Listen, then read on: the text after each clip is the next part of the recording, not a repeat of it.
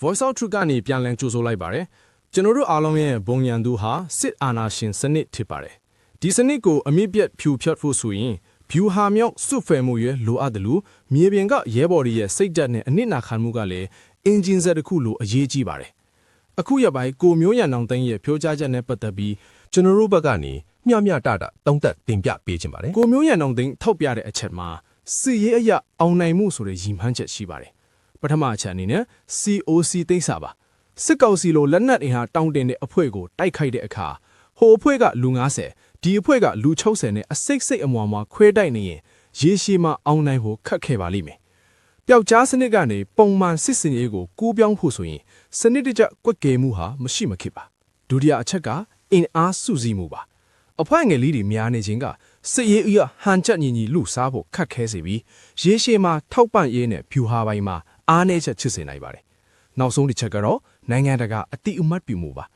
NUG MOD အောက်မှာစနစ်တကျရှိနေခြင်းကကမ္ဘာအလယ်မှာတရားဝင်အဖွဲ့အစည်းအဖြစ်ရှုမြင်ဖို့အထောက်အကူပြုပါတယ်ဒါကတကယ်ကိုအရေးကြီးတဲ့အချက်ပါဒါပေမဲ့ LPDF ရဲဘော်တွေဘက်ကိုကြည့်ပြရင်လေကိုကျိုးစွတ်အနစ်နာခံမှုဆိုတဲ့ဂုဏ်သိက္ခာရှိပါတယ် LPDF အများစုဟာဘသူစီကမှအကူအညီမရပဲပြည်သူထံကရတဲ့ငွေကိုပိုင်ပစ္စည်းရောင်းချငွေတွေနဲ့လက်နက်တပ်ဆင်ပြီးအသက်ဘေးတိုက်ပွဲဝင်နေကြတာပါဒါဟာကိုထူကိုရက်စနစ်နဲ့တိဆောက်ထားတဲ့အာမန်တွေပါမိမိတို့ဒေသအကာအကွယ်ဘေးရေးနဲ့စစ်ကောင်စီကိုနှောက်ယှက်ရမှာသူတို့ရဲ့အခန်းကဏ္ဍကငင်းလို့မရတဲ့အရှိတရားဖြစ်ပါတယ်ဒါကြောင့်အမိုက်ဆိုတဲ့စကားလုံးဟာတော်လန်ရင်မှာအသက်ပေးသွားတဲ့ရဲဘော်တွေနဲ့မိသားစုဝင်တွေအသက်ပြင်းထန်တဲ့စိတ်ဒဏ်ရာနဲ့စော်ကားမှုလိုခံစားရစေပါတယ်မြေပြင်မှာအသက်နဲ့ရင်ပြီးတိုင်နေတဲ့ LPDF တွေဟာတော်လန်ရဲ့အမိုက်မဟုတ်ပဲအုတ်မြစ်တွေဖြစ်ပါတယ်ကိုမျိုးရန်တောင်သိန်းဟာအမှန်တရားကိုခါခွားတီးတီးပြောပြတဲ့နီးကိုတုံးခဲ့တာပါဒါပေမဲ့တော်လန်ရဲမှာလူထုထောက်ခံမှုနဲ့ရဲဘော်ချင်းချင်းယုံကြည်မှုဟာအရေးကြီးဆုံးဖြစ်လို့ဒီလို strategy မျိုးဟာအမျက်ထအရှုံးပိုများနိုင်ပါတယ် viewer ဆိုတာလူတွေကိုစူးစီးဖို့ဖြစ်တဲ့ပြီးလူတွေကိုကွဲပြားသွားစေတဲ့စကားလုံးမျိုးကိုတော့ကျွန်တော်တို့သတိထားရှောင်ကျဉ်ရမှာဖြစ်ပါတယ်လက်ရှိ TNLA နဲ့ MNDAA ချာဖြစ်နေတဲ့ပဋိပက္ခကျွန်တော်တို့အစောကဆွေးနွေးခဲ့တဲ့စနစ်တကျညှိနှိုင်းမှု COC မရှိခြင်းနဲ့ဖုံစံနှုန်းတစ်ခုအောက်မှာမရက်တည်နိုင်ခြင်းရဲ့လက်တွေ့ဆိုကြူတွေပါပဲဖက်ဒရယ်လူပါဇက်ကပြောနေကြပြီမယ်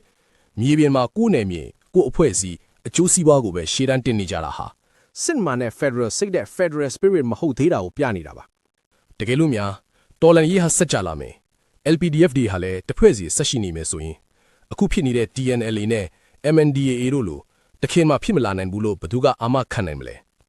လူတိုင်းမဟုတ်ပေမဲ့လူတော်များများဟာလက်နက်နဲ့အာဏာရလာပြီဆိုရင်အထိုက်လောက်တော့စိတ်ပြောင်းသွားကြတာပါပဲဒါကြောင့်မူတစ်ခုတည်းအောက်မှာမတူကွဲပြားမှုကိုလက်ခံပြီး Federal ဆိုတဲ့ဘုံစံနှုန်းတွေရှိဖို့လိုပါတယ်အချင်းချင်းစိတ်ဝမ်းကွဲနေရင်ပြုံးနေမှာကအာဏာသိမ်းစစ်ကောင်စီပဲဖြစ်ပါတယ်အားလုံးပဲပေါင်းစည်းနိုင်ကြပါစေသာမိဘပြည်သူများအနေနဲ့ရော LPDF တွေစနစ်တကျစုဖွဲ့မှု COC အောက်ကိုရောက်ရှိရေးနဲ့ပတ်သက်ပြီးဘယ်လိုမြင်ကြပါသလဲကိုမျိုးရန်အောင်တန်းရဲ့ချင်းကပ်ပုံကရောတော်လန်ဒီအအကျိုးရှိစီမလားအောက်က comment မှာညှော့ပြီးပေးခဲ့ကြပါအောင်ကျွန်တော်တို့ရဲ့ channel ကိုလည်း like နဲ့ subscribe လုပ်ထားဖို့မမေ့ပါနဲ့အောင်နော်ကျေးဇူးတင်ပါတယ်ခင်ဗျာဝေးစီကညီလေးညီကြစို့ငါတို့ရဲ့သမိုင်းတစ်ခေတ်ကိုငါတို့သွေးနဲ့ရေးခဲ့ပြီဝေးသစ္စာလည်းပြုခဲ့ပြီ This is the voice of truth. Facts. Knowledge. Truth.